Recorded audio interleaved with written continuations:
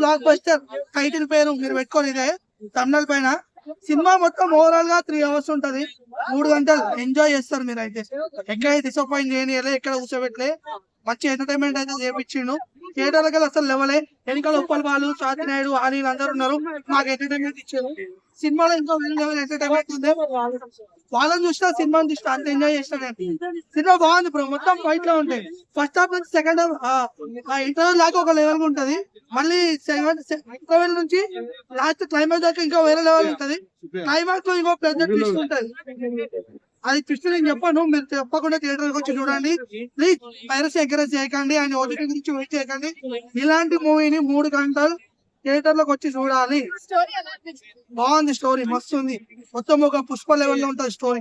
మొత్తం ఫైట్ లో ఉంటాయి అన్ని. పూల్ నా కొడుకు అనుకుంటున్నారా, గుర్తు రాంపాడిచ్చ కొడుకుంటారంట. డైలాగ్ మస్తు ఉంది భయ.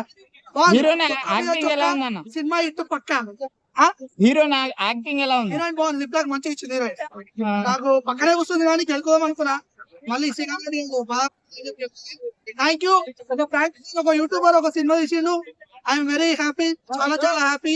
అండ్ ఎట్లా యూట్యూబ్ అన్నారు ఇలానే సినిమాలు తీసి మన తెలుగు ఇండస్ట్రీ నిలబెట్టాలని చెప్పి మంచి పూజ.